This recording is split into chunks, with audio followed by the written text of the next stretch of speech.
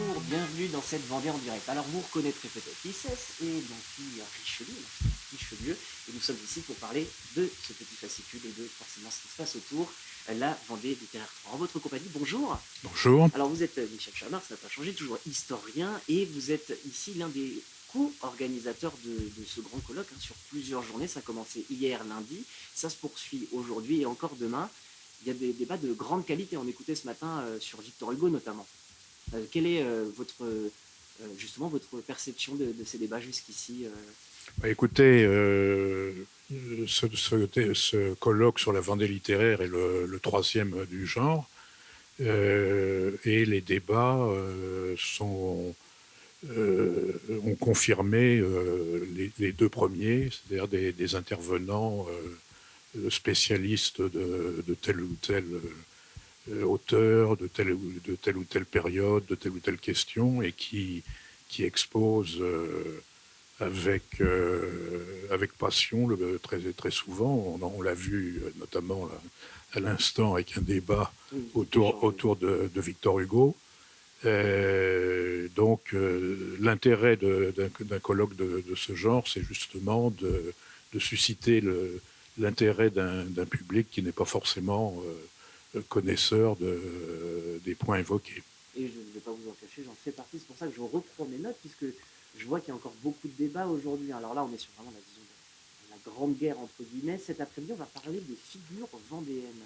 Pourquoi vous avez voulu faire ce point-là sur les figures de Vendéens, tout simplement? Parce que on s'est rendu compte, je ne suis moi-même qu'un Vendéen d'adoption, et j'ai découvert, en m'installant en Vendée il y a maintenant 30 ans, la richesse de l'histoire de ce département, et notamment en matière littéraire. C'est ce qui nous a donné l'idée, il y a maintenant 8 ans, avec le Brien Joubert, et avec le romancier Yves Violier. À trois, nous avons cogité sur un premier colloque consacré à la Vendée littéraire en 2013, pour une raison très simple, c'est que c'est un département qui se caractérise par le grand nombre d'éditeurs, le grand nombre d'auteurs. La Société des écrivains de Vendée compte pas loin de 150 adhérents, ce qui est considérable en dehors de la région parisienne. On parle on parle d'auteurs contemporains? Ah non, non, non, c'est à travers les auteurs du Bas-Poitou. Hier, il était question de Rabelais et de Nicolas Rapin, des figures de Fontenay-le-Comte, qui a été ce qui se sait peu. Fontenay-le-Comte a été un des centres principaux de la Renaissance en France au XVIe siècle, jusqu'à des auteurs contemporains. Le premier colloque évoquait les figures de Michel Ragon, d'Yves Violier, et Georges Clemenceau, qui avait un brin de plume pas anodin. On s'est rendu compte, il y a aussi, ce qu'il faut souligner, c'est un réseau de bibliothèques très, très important. Il y a 2000 bénévoles qui animent un réseau très dense de bibliothèques en Vendée. Donc tout ça, il fallait le mettre en valeur à travers ce titre de Vendée littéraire.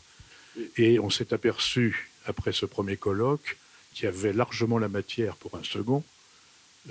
Et puis le jamais 203, et peut-être même, sans dévoiler un secret, sera-t-on obligé de faire un quatrième colloque, parce qu'on n'a pas complètement épuisé la matière. Pourtant, vous traversez les styles, vous traversez les époques. Je regardais demain, vous allez parler notamment de Georges Simenon, donc il y a encore beaucoup de choses à dire. Pourquoi vous avez choisi de brasser toutes ces périodes, toutes ces époques, alors que vous auriez pu faire un classement plutôt, on va dire, chronologique? Là, vous semblez être vraiment pluridisciplinaire. On le voit d'ailleurs. C'est la vocation de ce colloque, c'est d'aborder la littérature la Vendée littéraire sous tous ses aspects. Donc il y a des historiens. Hier, j'ai fait une communication sur Julien Gracq, géographe de la Vendée. C'est également des romanciers, des poètes. Demain, vous évoquez Georges Simenon. Il y a un module qui sera consacré au roman policier, donc évidemment sur Georges Simenon, sur la Vendée dans le polar.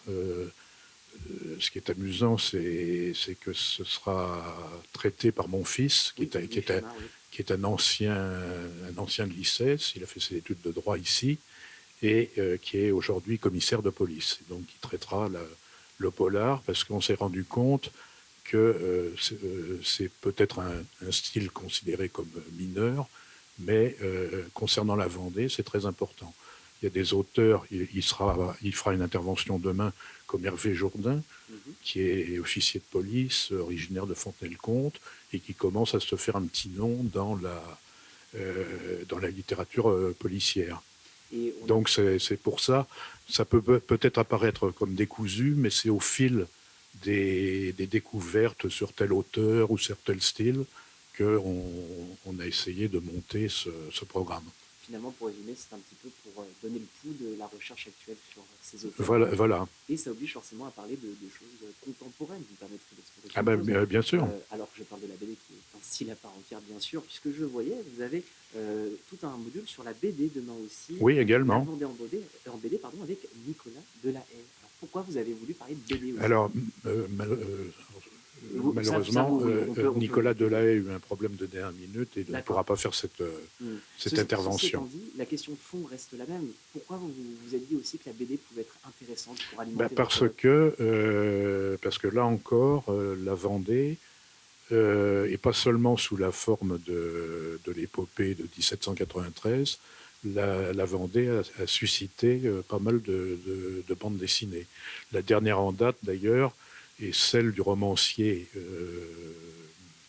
Yves Violier, qui a réalisé avec un dessinateur une histoire de la Vendée en bande dessinée. Et oui, on est revenu pas mal de fois sur votre antenne là-dessus. Bien, merci beaucoup, en tout cas, Michel Chamard, d'avoir accepté notre invitation. C'est moi qui vous remercie. Merci à vous aussi. Je rappelle que ce colloque, la Vendée Littéraire 3, est avec Jean-Marc Joubert, donc Michel Chamard, que nous venons de rencontrer, et Yves Violier. Ils sont 3 à avoir travaillé dessus et à vous proposer pour encore 2 jours, puisque ça continue aussi demain, ce colloque sur la Vendée Littéraire 3. Si ça vous intéresse, vous pouvez vous déplacer et vous pouvez également retrouver tout ça, puisque merci de votre fidélité. Je vous souhaite une excellente journée sur TVT.